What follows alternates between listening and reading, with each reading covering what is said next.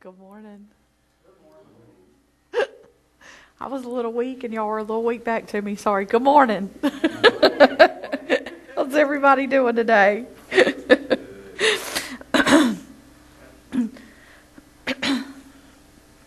This morning,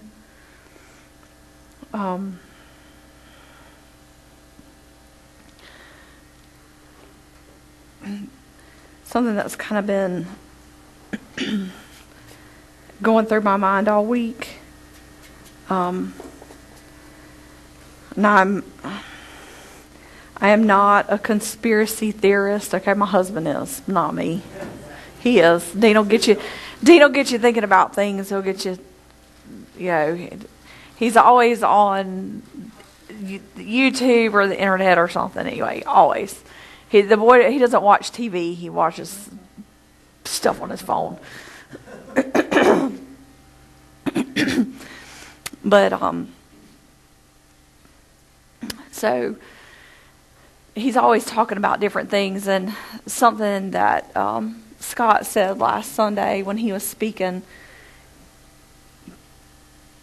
kind of hit me with things that Dean has been talking about, and kind of led to where I'm going this morning. But Scott made the comment that hundreds of years ago that the scientists began to tell us there's all this stuff out there, all these universes and all this stuff, and that that we were lied to, and taking away from the fact that we are the center of the universe. Making everything so big and so vast, and there's all this stuff out there, so there's life on other planets, and there's... How many of you are going to space in your lifetime? Anybody getting on a rocket going to space? I mean, are you gonna be able to see the Earth from, or the planets from space? Probably none of us are ever going to do that, okay? So are you ever going to lay eyes on it? Are you ever going to know 100% what's out there? No, not going to know, right? Just we're not going to know. We're not going to know 100%. Okay? So it's like, Dean's been on this, like I said, I'm not into conspiracy. That's not what I'm talking about, but there are these flat earthers now, okay? So the earth is not round, the earth is flat. And there's really things that they talk about that make a lot of sense, And I told Dean, I said, what difference does it really make? Well, what difference does it make? Does it affect the way that I live my life? Nope, not at all. Why? I'm never going to space. I'm never going to see it. I'm never going to know. Do I believe that the government lies to me? Absolutely. I mean, So what difference does it make? But when Scott made the comment last week that we've been lied to, well, you know what? It does make a difference, because it makes a difference on what I think about who I am. It makes a difference about what I believe. Whatever God created, this is the mindset that the way that Angie's mind went this week, is whatever God created, He created for me. Everything that God created, He created for me. So He created this earth, and He created a sun and moon and stars. Why did He create the sun? To give me light, to give me sunshine, to give me seasons. So that there's a time for planting and a time for harvesting. He did those things for me to have life on this earth. For me to have a good life. You know what? So it doesn't matter. Whatever's out there, He created for me. He created for the life that I now live. That's the mindset that we need. It doesn't matter. Does it matter if the earth is round or flat or square or triangle? Who cares? Does it change the way that I live my life? Absolutely not. I'm never going to see it. I'm never going to know. It doesn't really matter. But what does matter is the way that it makes me think about this life that I'm now living. What does matter is, does it change my mindset about who I am and who I've been created to be? Does it make me think less of myself to think that, you know what, I told you a while back, Leah had these projects or these things that she had to write about with her class on Google Classroom, and they all had to go on there and write their opinion. And you had to read other classmates' opinions and comment on them about whether there is life on other planets, or they're aliens, or they're things living elsewhere. Well, you know, the only thing they could say was that it is going to affect people's belief about God. So if you say there are aliens, then people aren't going to believe that there's a God. Why does that change what people believe about God? Okay? If there are life on other planets, guess what? God created it, He put it there. Okay? If there's not, guess what? Who cares? I'm never going to go to that planet anyway, so who cares? Okay? So, and if there are aliens, they're not coming to destroy me, because God put me here and He gave this world to us to live in, and He created it for us. So what difference does it really make? Why does it change what you think about God and what you think about who you are and who you've been created to be? That was their biggest thing, was that it's going to make people not believe in God. I'm like, how does it make people not believe in God? If you believe in who, it shouldn't change what you think about who you are. No matter what they say is out there, no matter what they say is there, guess what? God created it. And God created everything that's there for me.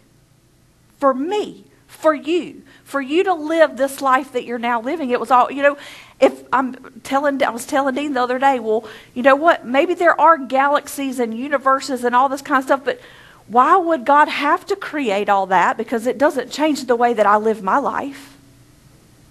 It doesn't change this life that I'm now living. It was all created for us.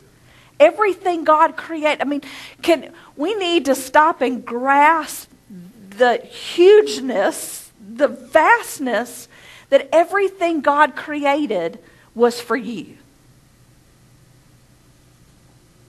Everything that God made was for us. And He took days and He created a world for us to live in, that we would not just survive but thrive. That we would have lives that are more abundant. That we have everything that we need, and that everything works so that we have a life that we can live that's full of all the things that God said we would have, that we would need. All this does is it just shows us even more how much God loves us. How much we are loved, how important we are. The Bible tells us, we read the scriptures and it talks about God took time to create the flowers and give them all these beautiful colors and give them everything that they need. The birds of the air, they don't have to worry about where they're going to get food from. They don't have to worry about how they're going to build a nest. The things are just there. Why? Because God created this planet to work that way for them. And if we are what He created this planet for, how much more do you think God put everything here that we need to live this life that we now live? We need to begin more and more, just begin to see how much we are loved. How much God took time, and that it was important to Him because He knew it would be important to us.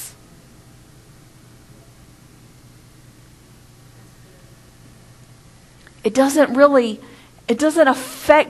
change the way that I live my life, no matter what this world looks like from space. But if it changes my thoughts about how important I am to Him, then it's a problem. It should not change how I view myself, how important I am to God. That He created an entire universe that I might thrive in this life that I now live. That is how much God loves you. That is how important you are to Him. We need to begin to see that and understand that. I'm not, it doesn't really, like I told Ian, what difference does it make? What difference does it make? I don't care. But all that they could think about was how it's going to, in those study, in the things that Leah would write, all these people are talking about, it's going to make people not believe in God. People are going to believe in something else. Why? Why would it make you not believe in God? Why would it because you know what? They're so, it's like they have one little single, they don't see how big God is. They don't see how great God is. What difference does it make? God is bigger than what you can contain in your pea little brain. He is bigger. He is greater. He is more. We need to begin to see how big God is. How great God is. I mean, for years we've been, they preach of, you got this big old devil out there that can do all these things that are greater than what God did, that are greater than what Jesus Christ did for us. No, that's not the God that I serve. That's not the God that created this universe just for me. Hey, guess what? If nobody was here but me, it wouldn't have been created any different. That's how much He loves me. That's how much He loves me. That's how much He loves you. If you were the only one here, He didn't create us to be alone. It would be just the same. We need to see how big God is, how great God is, and how much He loves us. That no matter what, we are the center of the universe. Us. Me. You. Why? Because God created you in His own image to have a relationship with you. To spend time with you. To talk to you. That's why He created this place that we live. No matter what we think about it, no matter what shape it is, no matter how big everything else is, God created everything for you.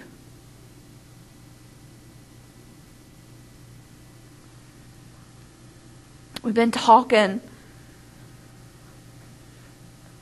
a lot in the past months about, God is love.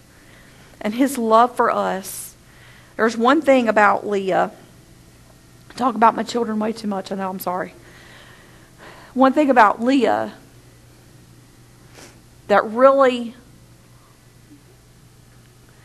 God has put in her, and nobody can take it away, is that God loves her unconditionally. Unconditionally, He loves her. And she knows that.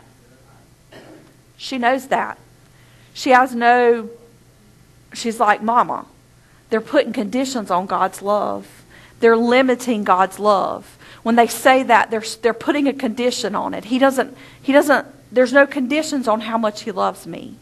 There's no, Mama, why do they do that? Because they're saying that God only loves me because, or God only loves me if, or God only loves me this much if He's like, Mama.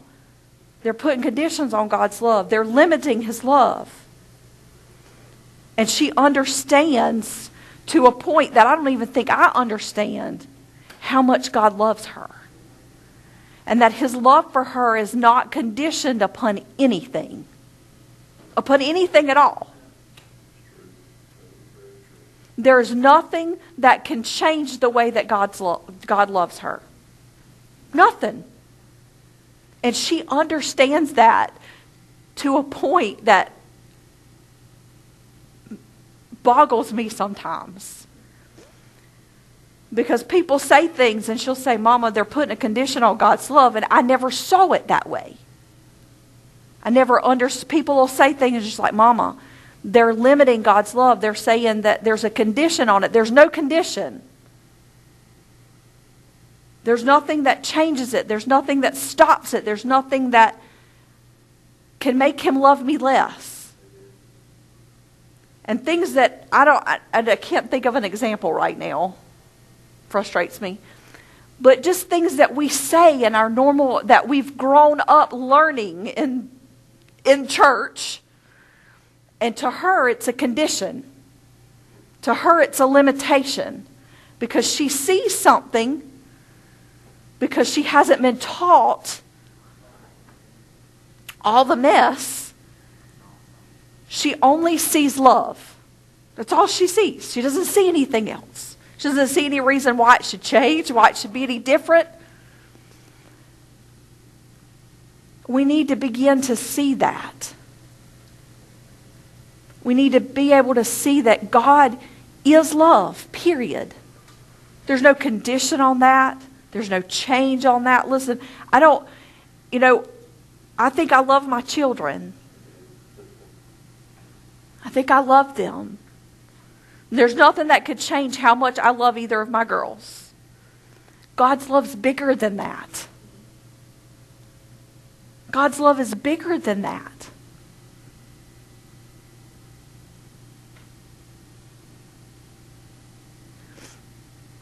It's never ending. I want to go to Ephesians chapter 3 and verse 18.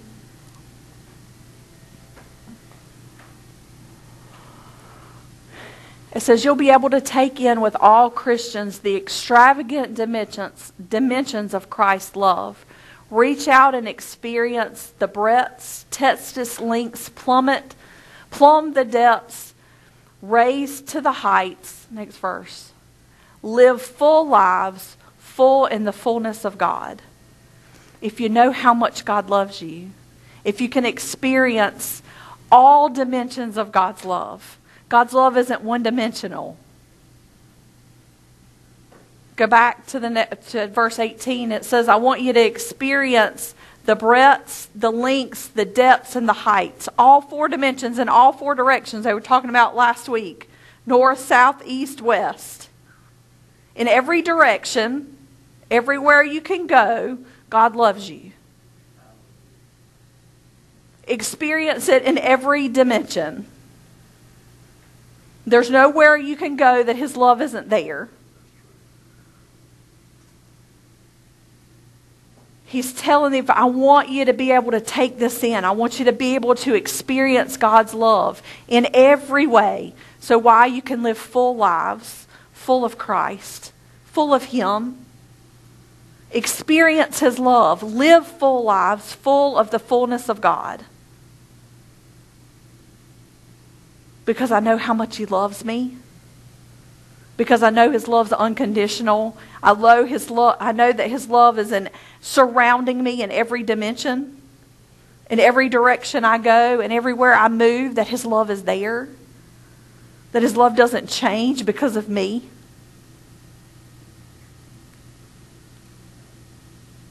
See, I put conditions on it. And I put limitations because why? Because of me.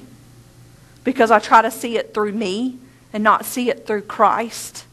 Not see it through his eyes. Not see myself the way he sees me. Not see you the way he sees you. And I put limitations because I'm seeing things through the flesh. The only limits that we have are in our flesh. My spirit is not limited. There's nothing about my spirit man that is limited in any way, shape, or form. Why? Because it's Christ in me. It's him in me. It's not me that's living. It's him. It's Christ that lives in me. How is Christ limited? He is all of God. We are all of Him because of the Christ that dwells in us. That spirit man is not limited. The only limits I see are in my flesh. I can't see things through my flesh.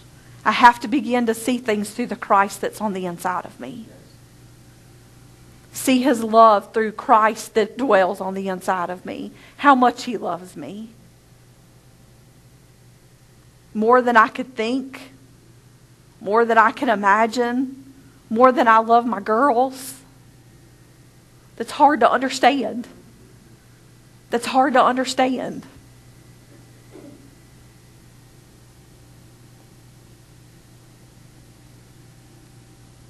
Go to 1 John chapter 3 and verse 1. It says, what marvelous love the Father has extended to us. Just look at it. We're called children of God. That's who we really are. But that's also why the world doesn't recognize or take us seriously, because it has no idea who He is or what He's up to. The flesh, the world, doesn't understand, doesn't get it. This is who we really are. We are children of God. What marvelous love He has extended to us. For what other reason that He created me? I am His child. No other reason. Nothing can change that. Can anything change that I am the daughter of Earl Rotan and Gail? Nothing can change that. That is who I am. That is who I was born. Nothing can change that you are the child of God. That is who you are. Nothing can change that. And the only reason He loves me is because I am His child. Nothing can change that.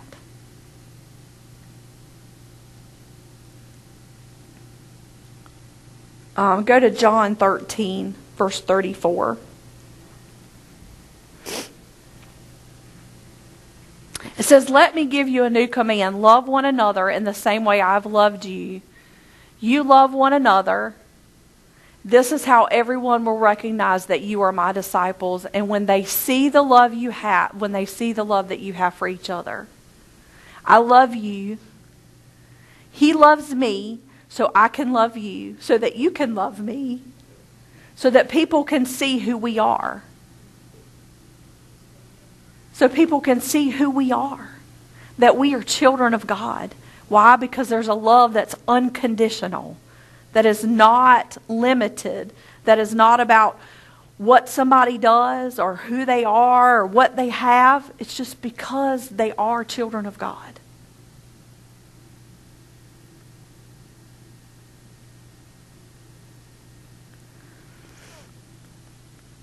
Go to Psalms 36, verse 7.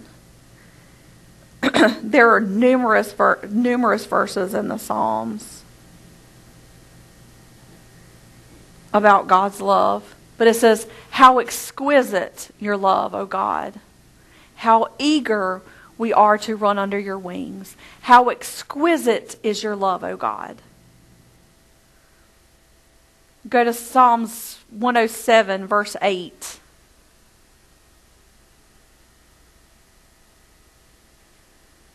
Says, so thank God for His marvelous love, for His miracle mercy to the children He loves.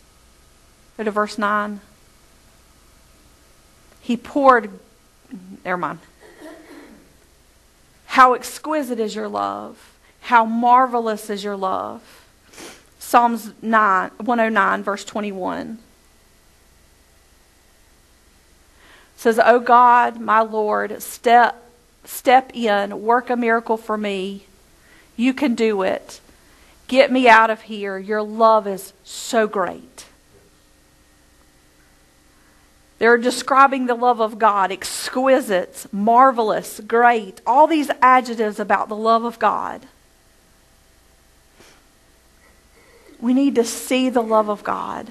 We need to see the love of God in us, how much God loves us. to the point that it affects this life that we now live. That's what should affect us.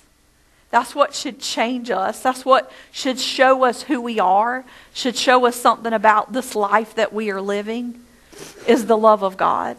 Can you describe the love of God?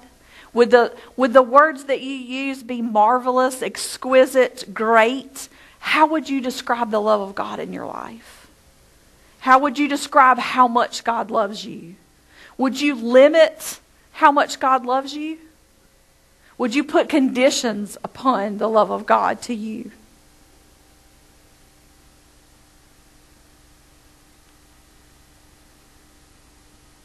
There are very simple things that we don't even think about. Like I said, Leah says, Mama, that's a condition. I'm like, baby, but it's not a condition. It's just, okay, I can't talk myself out of it. Like, it really is a condition, but we haven't been taught to see it that way. We haven't been taught that saying the things that we say in our religious thoughts, that we're limiting or we're putting conditions upon how much God loves me or why God loves me.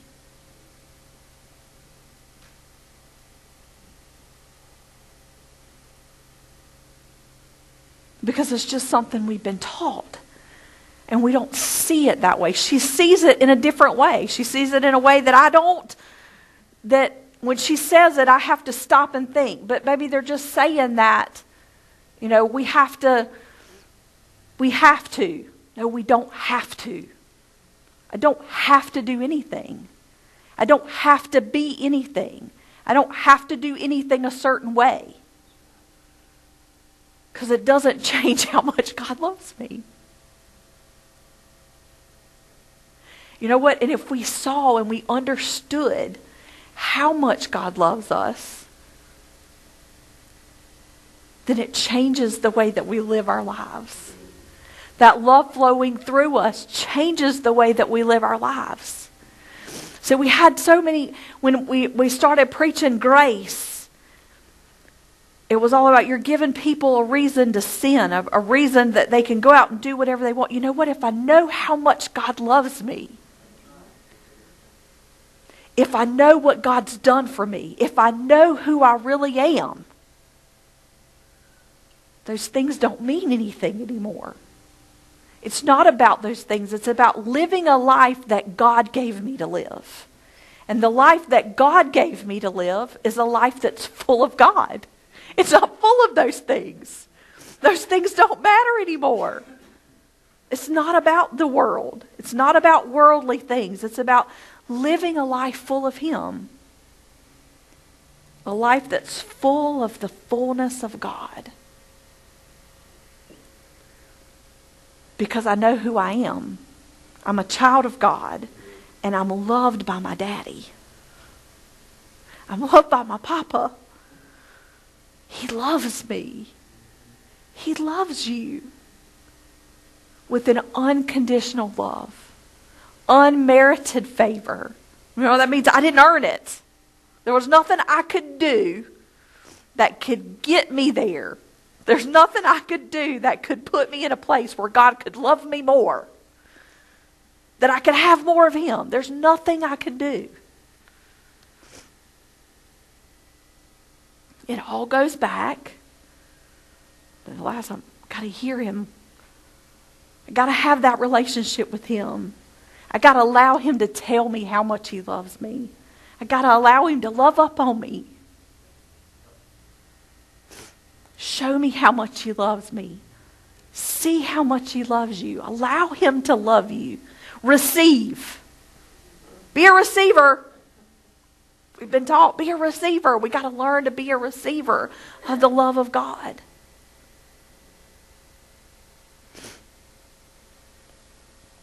God loves you with an unconditional love. More unconditional than you think.